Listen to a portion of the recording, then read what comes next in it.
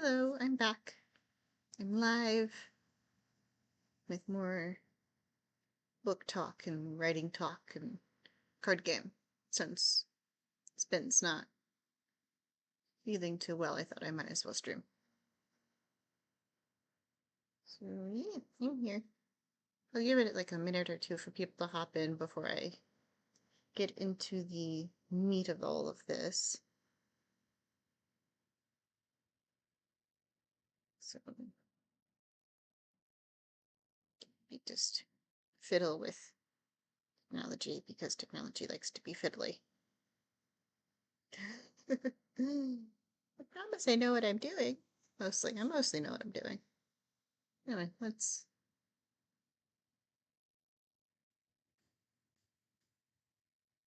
pull the game up. I don't have volume on this stream for the game because last time it just proved too loud even on like its lowest settings. At least too loud for me. So we're just gonna not have game volume, I think. It just means a little more work for me, but that's fine. So piss off. Yeah.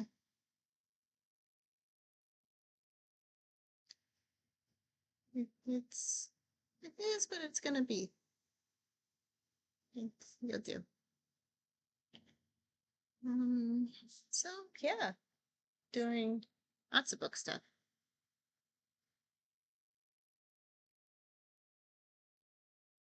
This isn't working. Don't mind me. Just Towers with her usual technical difficulties. She's making this work.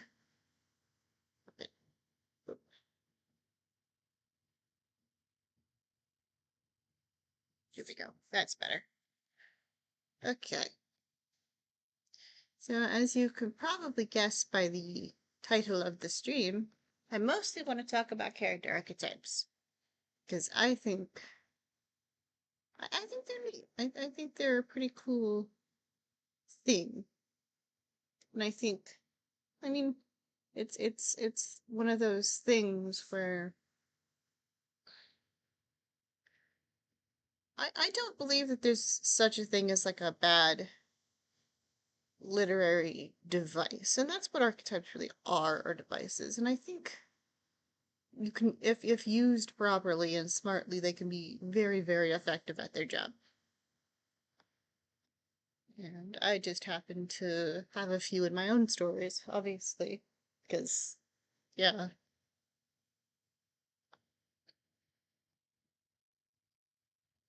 Let's see, what archetypes do I have? A few. Um, well, obviously, if you've read up to book 2, then you know we have a old wise mentor in Vivian. Yeah, yeah. I mean, and I should probably warn this now. Mild,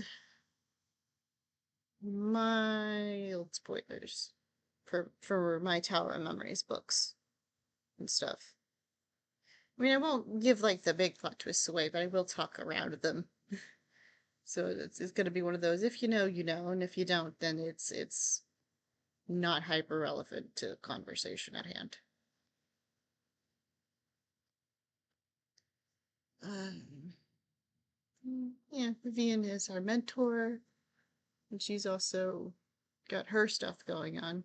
I think my favorite character in archetype combination is Lucinda, who is Seraphina's mother, because she is our trickster of the story.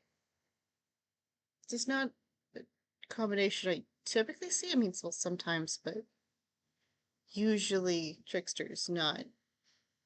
Usually tricksters like sibling, or maybe like a peer of some kind. At least from what I've seen. Should probably talk about what a trickster is. But I mean, the name kind of also implies it, doesn't it, though? I don't know. I think what I like about the way Lucinda operates is once you know her goal in any given situation, what she does makes perfect sense, but sometimes it's hard to figure out, like, because it's one thing to be like, oh, she's doing X, but like, why though? That's always like the big question is, what is she up to and why? I mean, given the fact that we see her from her daughter's perspective, Serafina tends to assume that, oh, this is something to do with either the curse or with, the fact that she's a mom, which is mostly true. I mean, there's a few things that Lucinda does for the sake of doing them, but those instances tend to be few and far between. Mm. Lucinda and Vivian probably both make up the two more complicated characters, at least as far as like the current cast. Which is certainly making Arc 3 very interesting, given that Lucinda gets to visit the school for a bit. Not that Victor gets to come, so unfortunately we don't get to see them work together as much as I would like. But maybe we'll see more of that in the next arc. I hope. Probably. We should. I promise I know what I'm doing. Let's see. I have notes here.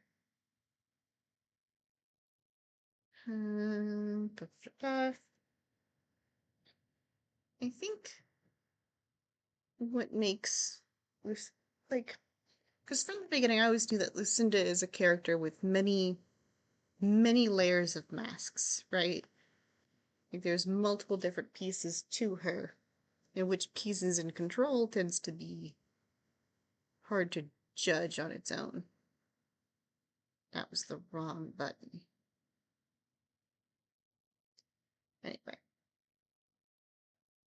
because the most common mask we see Lucinda wear is the mother. This is when she's being, affectionate with her daughter, when she's just like, she's just being a mom, and she's just like, hey baby. There's also the part of her brain that just wants to torment Serafina all of the time. Serafina does not appreciate. But, Serafina's also 15 about 15 at the end of book 2. She turns 16 in the opening of book 3. Well, arc 3. Which doesn't have a title. I'm thinking about a couple potential titles. I'm still kind of workshopping it. But I mean, I'm only like halfway through arc 3, so I have time. Although maybe less time than I would like, judging by the sheer pace I'm currently going through arc 3. Well, okay. I had a couple months of really, really rough writer's block. So, but I've been producing a lot more than I have for a while the past like month, which has been good. It's one of those things where like I'm a writer, so rude. I hate that this game does this. Oh, we're working. Okay. uh, cool. I mean, and there's a lot of comments and jokes about, oh, writers have poor mental health, which is, some do, some don't. It's one of those things that where you assume anything about a group of people, you're bound to get it wrong for at least some of them. That's just the reality of how people work.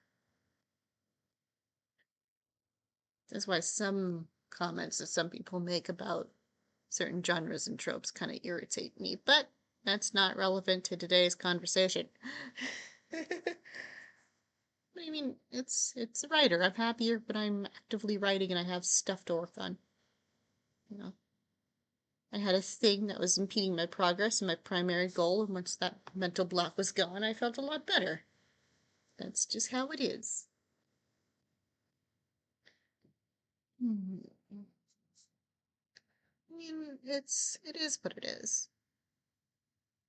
So I don't know if my improvement of mood has been that noticeable, but I feel a lot better than I did, at the beginning of this year, which is, it is what it is. And considering it's April, it's good. It's good for me. We should be able to finish this quickly. So, yeah, I mean, I've posted 8 episodes this month, which is double what my normal pace before the writer's block was. And I posted none from like January to early March, I think. I don't know, I have to go double check. It might have been like close to mid-March. To go double check dates again. Actually, we could go double check those dates right now. Where's button? I know what I'm doing.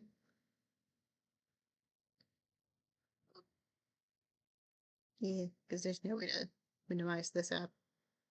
Don't mind that. Look, towers is hobbies. It's fun. Here. So, yeah, this is the Kindle Vella like shelf. Managed story. We're taking you behind the scenes. Let's see. Which one? Yeah. Yeah. I mean, it was sort of writer's block was developing here. Then it hit full force until March 13th. And then I've been publishing like every few days. This is the most recent one. So, some of these names are jokes. I will admit that, but I can't explain what the jokes are unless you read them. So yeah, I remember use Kindle which get turns into the books. Over here. My pride and joy. Anyway, the card came back up.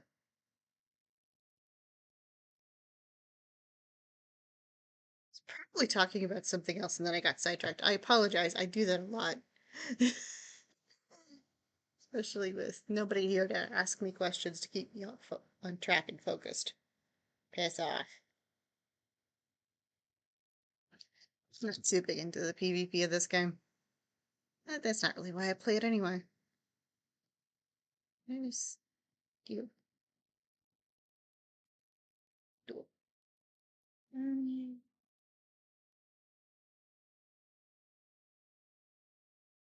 I will say this, I'm really happy with how the whole Ruby and Jarek being part of the Hearth Coven thing is panning out.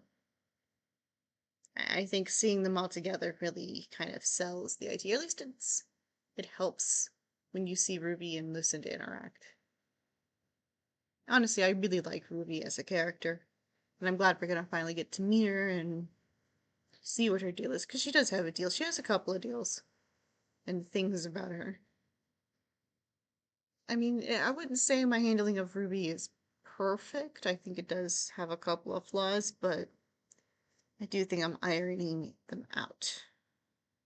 I also think that her situation kind of gives itself some wiggle room. Because of, and again, minor spoilers, but Ruby, when we meet her, has a pretty nasty scar on her face, pretty nasty injury. Well, an old healed injury. Which is caused by Maripin, the guy who put who cast Seraphina's curse. And that was always kind of part of her character, was that injury, because so part of this is part of my own, what I'm going to call my own struggles with writing. Some of my greatest weaknesses is that, to me, writing a character backstory is difficult. Backstories are hard, but it's easy, but I find character creation significantly easier. So for me, it's often easier to create characters to kind of serve as backstory because, I mean, here's the thing, right? If you've been out in the world doing stuff, you've probably have met people. Those people probably have opinions and view, and you've probably developed dynamics with them, which kind of helps inform the characters and their present selves and actions, right? Like, of course, when Lucinda went to school, she had a bunch of friends. Of course she did, because that's the kind of person she is. You know, she's not like Seraphina. She's not antisocial. She would absolutely meet people and becomes friends with them. So it makes sense to see where those people have ended up. And rather than to risk the idea of just having a bunch of characters, most of whom only serve very superficial purposes, it makes sense to create characters that serve multiple purposes. Which is why the dragon students are connected to that same group of friends, because it makes at least sense for me for, instead of having three different characters that just serve as background noise and background for separate characters, and like, oh, it's this person who has lived this life, who knew this person at this stage, and then became a parent at this other stage. Which, I don't know, seems more grounded to me, and I don't have to have 100 characters, most of whom only appear for a couple of lines and then disappear forever. Like, no. They still exist in the world, just doing different things at different times.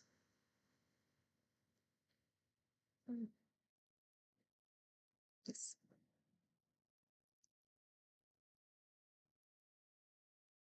Mm. And that's kind of the whole basis for the extra characters, is because,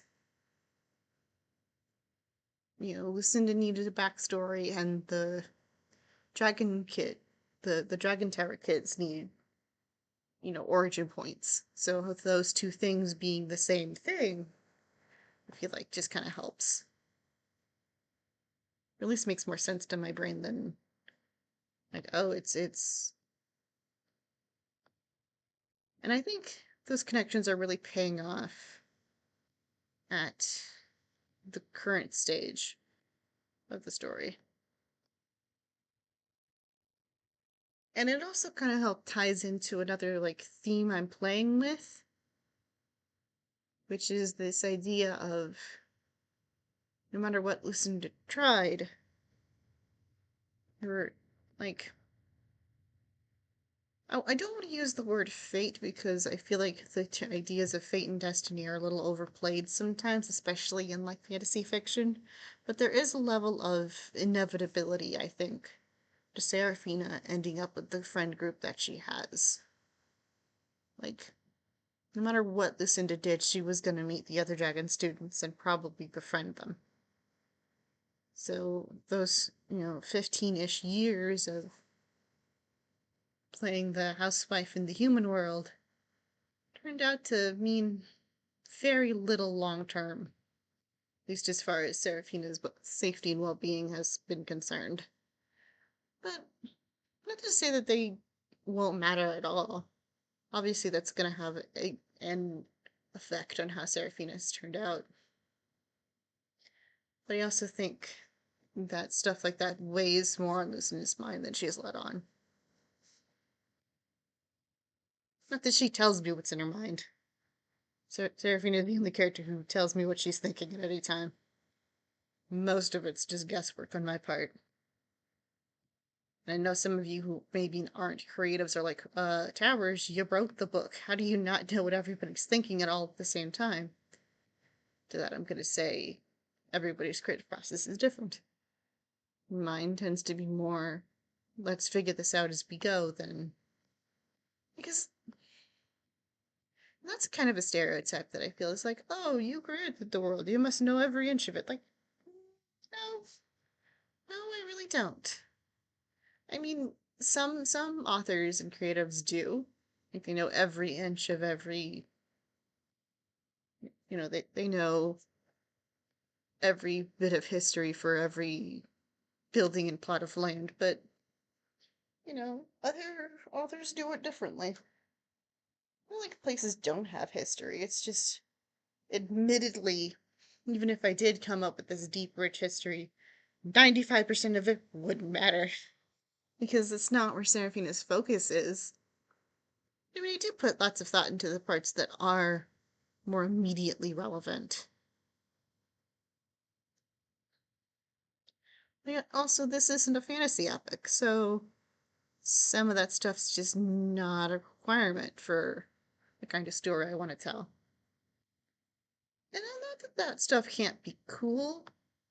I have nothing against any of that stuff, but it's just not the right fit.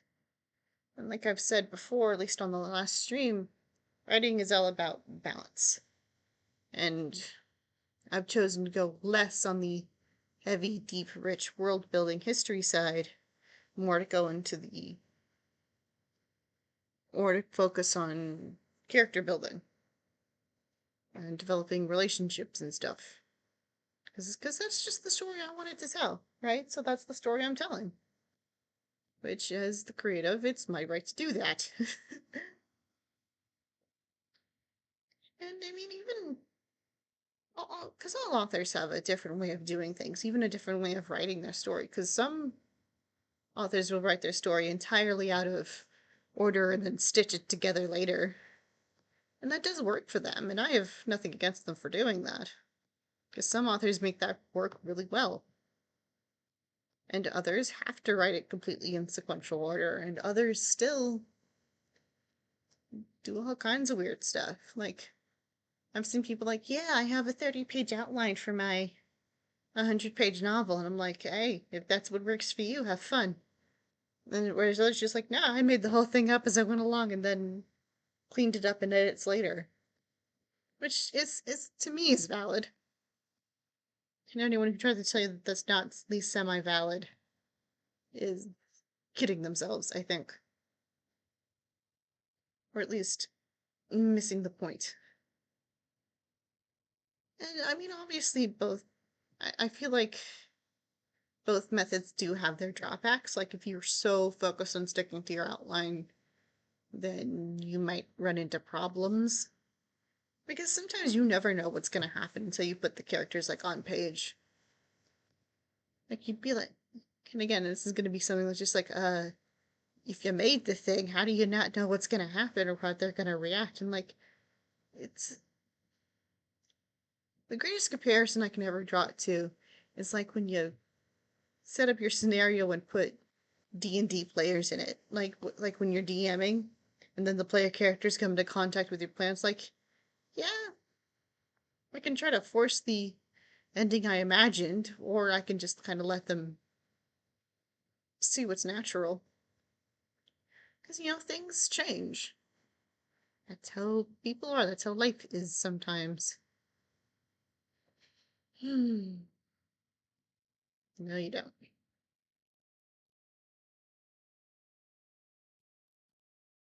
Um, yeah,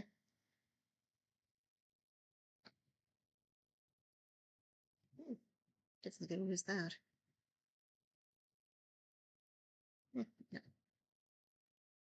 Um, I mean, because admittedly, I'm more of, and we have terms for this. So, like, plotter is the type of person who uses outlines and stuff. The pantser is someone who makes it entirely up on the spot. I'm somewhere in the middle, I find. Usually, like, I'll have the main plot points figured out, and then I take the rest as it comes. So, yeah. Hmm. How do I phrase this?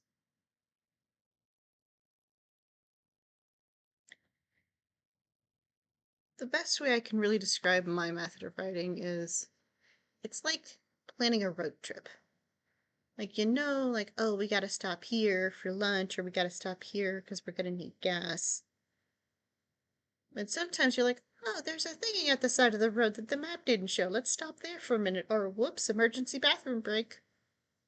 Like, you have the general road you're going to take planned out, but sometimes unexpected stuff happens and you have to adapt.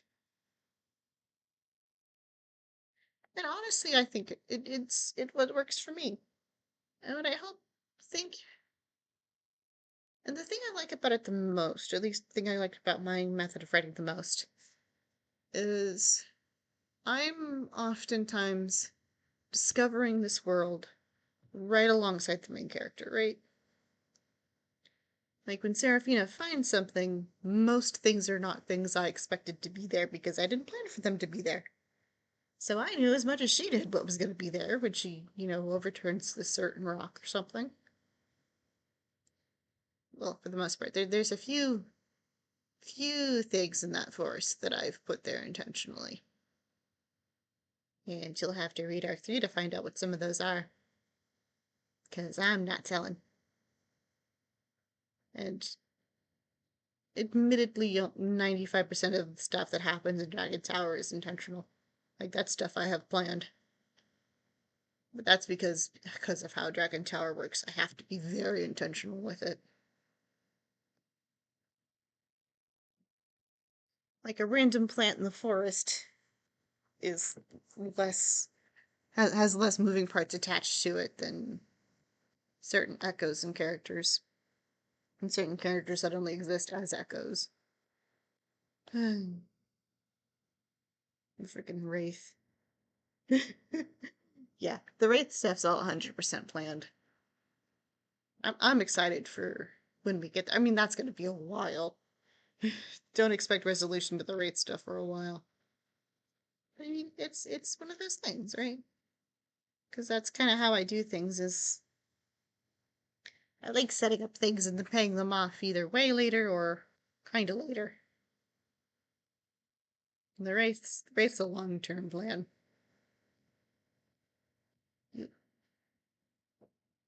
But that's going to be fun. I mean, it's some of my plans with the Wraith are downright evil. I will admit that, but it's the fun kind of evil where I can rub my hands together and cackle loudly while readers yell at me. And what I'm about to say is not going to make sense to some people, but I don't even care at this point. It's nothing I think would satisfy me more than getting angry, like, how dare you hurt this character or do this thing? Because that to me reads, you're invested, right? That means, oh, you're mad that I put this character in danger? That means you really like that character, that you're invested in their story, which means I did my job correctly. So I feel not the least bit bad for being like, for doing terrible things to some characters because you know what? It's kind of my job to torture them. And by extension readers who love certain characters. Cause there's a couple characters that are named and in the story a lot that are not gonna have happy endings. I won't tell you which characters, but you know, there's at least guaranteed. Should I say this? Screw it. It's my series. I'll do what I want. So, because someone's gonna die. Someone is going to die before this first school year is over. And it's gonna be someone we know. It's gonna be someone whose name we know. And, and I feel no remorse about it. Well, I mean, that's the thing, right? I introduced a knife called Death's Echo that turns people into undead monsters when you kill them with it. I'm not going to introduce something like that unless I intended to use it on somebody. So that's Chekhov's gun, right? Only in this particular case, it's Chekhov's magical knife. And somebody's gonna get stabbed with it. And it's gonna be heartbreaking and devastating. And I fully expect at least some people to be really mad at me once that happens. but it's also gonna be kind of funny and devastating. But I'm also not a big fan of the trope of hold off on most of the deaths until the very end because I mean, at that point, they're not gonna the deaths aren't gonna have consequences because of course they're not gonna serve any more role. They couldn't serve any role in the future of the story because the story's over. So having at least a few deaths in between there then and now is gonna be fun. Especially if I'm gonna have as many books in this series as I'm afraid of. I mean, probably not. But also, like, nothing's off the table yet. there's there's no guarantees in any of this. The only guarantee I can give you is that this first year is gonna have 7 books. And sometime in between for the end of that seventh book, someone we know is gonna die a horrible death. But, you know, it's gonna be fun for me. Fans of that character probably not gonna think it's as much fun as I do, but it's fun. Uh, and yes, Angelina has foreseen this death already. uh, again, spoilers.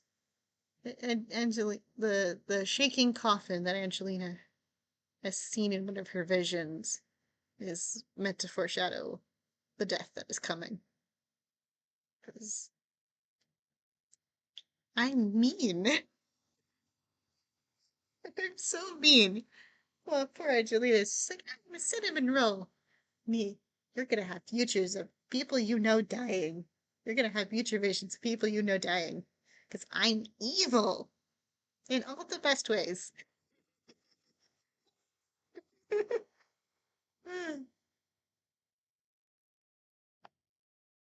mean, that's just, that's part of the fun of Angelina's character.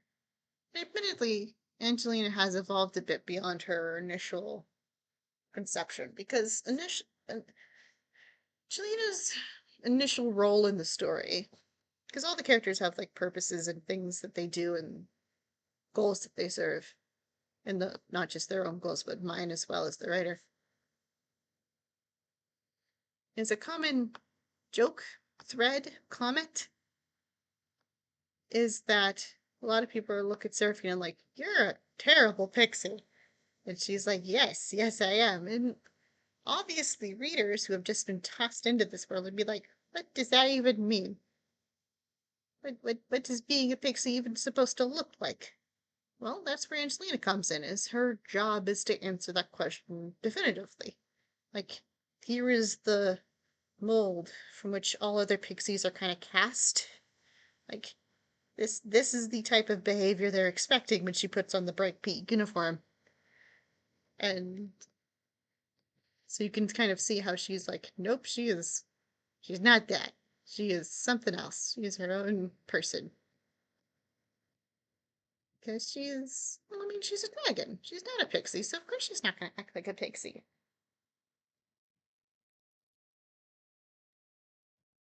Even though her magic might be pink, she's her own strong, independent woman who's not going to let the color of a school uniform dictate who she is and what she actually is like.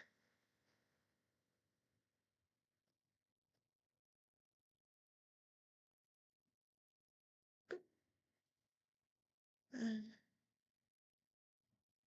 honestly, all the dragons are kind of fun. And in Arc 3, since we're in the parent arc, as I kind of nicknamed it, because that's kind of the big event of Arc 3 is the Parents Weekend. And it's just as much ridiculous chaos as I've always wanted to write for this story, because that's the thing about this story is that this is a very kind of chaotic thing. Like, oh, you have plans? We're just gonna throw riches into those plans whenever I want. 'Cause I'm mean and I'm awful. I like tormenting my characters. Because it makes me happy.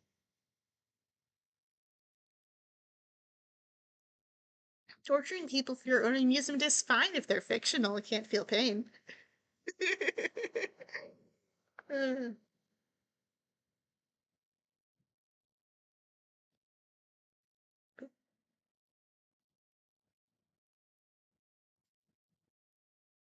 I wish there was a way I could have sound on this game without it completely overpowering my voice because this game is just so loud. Even if I have it on like the lowest settings possible, it's still too loud. But it's fine.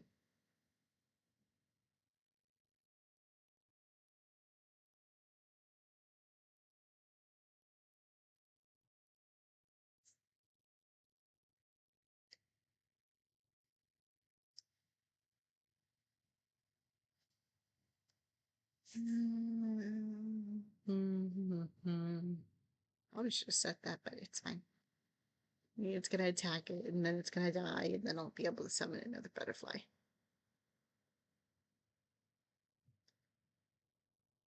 Meh, meh. What? You're gonna attack me? Rude. Um, let's see. What else am I thinking about? Um, I wish. Um, nah, I'm changing that thought. Bum, bum, bum, bum, bum, bum.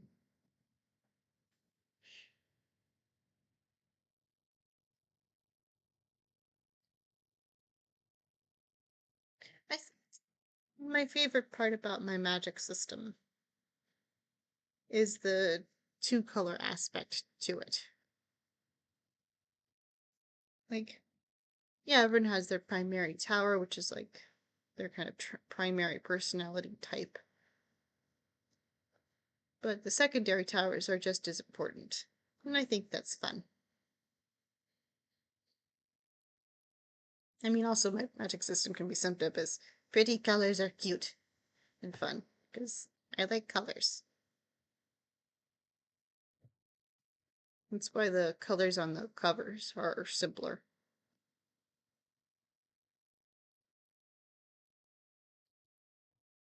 I have general thoughts of what the third book's cover is gonna look like.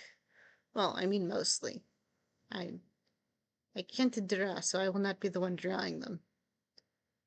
But I know more or less what the plan is. At least what my plan is. That's not the button. Um, yeah, we have. Honestly, Arc 4 is the one that's most in flux right now. Because, I mean, I have my thoughts of what I want to do with it. But I'm also getting the feeling that the characters are going to change my plans because I mean it's Seraphina's favorite hobby is to alter my plans. Even when I do bother to make plans, Seraphina likes to alter them. Because that's who she is, unfortunately. That's the MC I'm stuck with.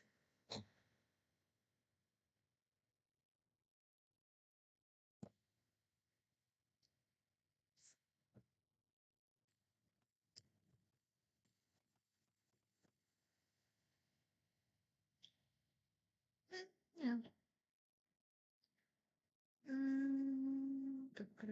Is there anything else?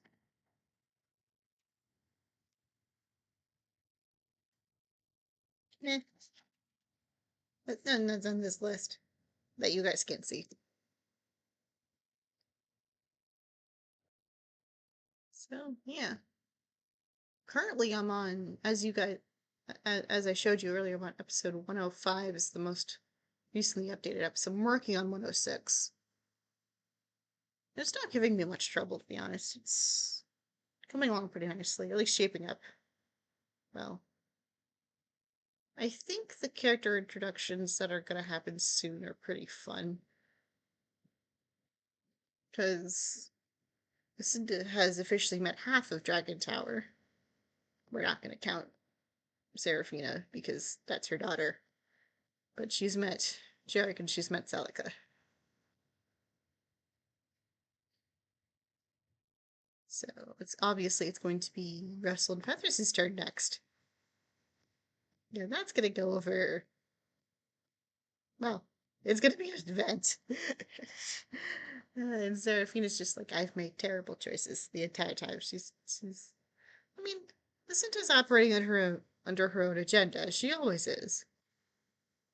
It's just that agenda also happens to involve embarrassing the heck out of Seraphina. Because I mean, she's a mom. It's like her primary hobby is slightly embarrassing her daughter. But she doesn't do it out of ill will. She's I mean, she's motivated by her own personal thoughts and opinions, but she's not evil and she's not like planning to disrupt Seraphina's life. She's just trying to help in her own way. It just happens to be highly mortifying for Seraphina. But it's fine. That's not the button I should have pushed. I got distracted.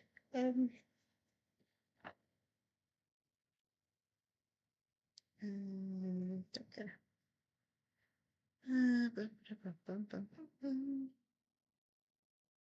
Awesome. No. I show something. Let's see. Hmm.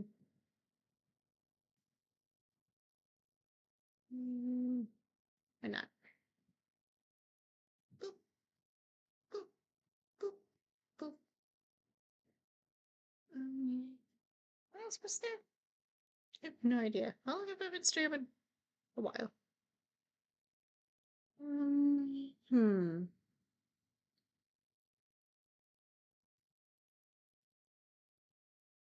Hmm. Let's see. What else is there to talk about right now?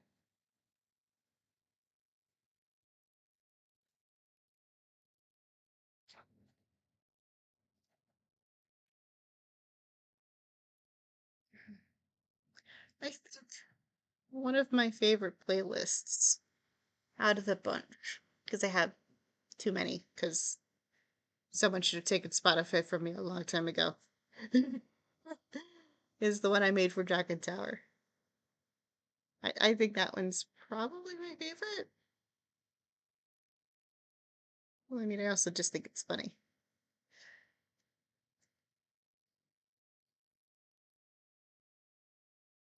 Hmm. Do you know what else is surprisingly hard to do? Write song lyrics for songs that don't exist. uh, that's why we have yet to see much Iron Rose's lyrics in the story. Though we probably should at some point, because they are Seraphina's favorite band. It's just song lyrics are hard. Like top 10 skills you wouldn't have expected I would need to have to do this whole book writing thing, but yeah, sometimes you need to start thinking up song lyrics.